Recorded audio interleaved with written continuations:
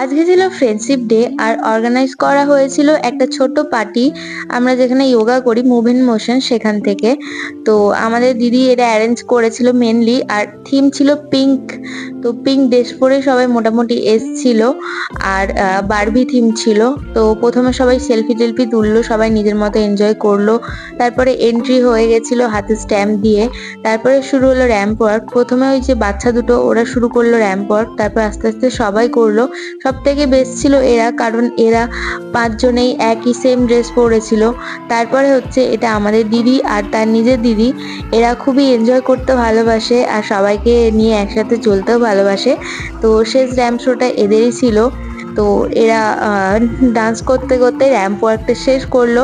তো তারপরে শুরু হলো গ্রুপ ডান্স। গ্রুপ ডান্সটা তো থাকেই আমাদের যে কোনো প্রোগ্রামে। তো গ্রুপ ডান্স করার পরে সবাই মিলে কেক কাটিং করলো। তো এইভাবেই দিনটা শেষ হলো।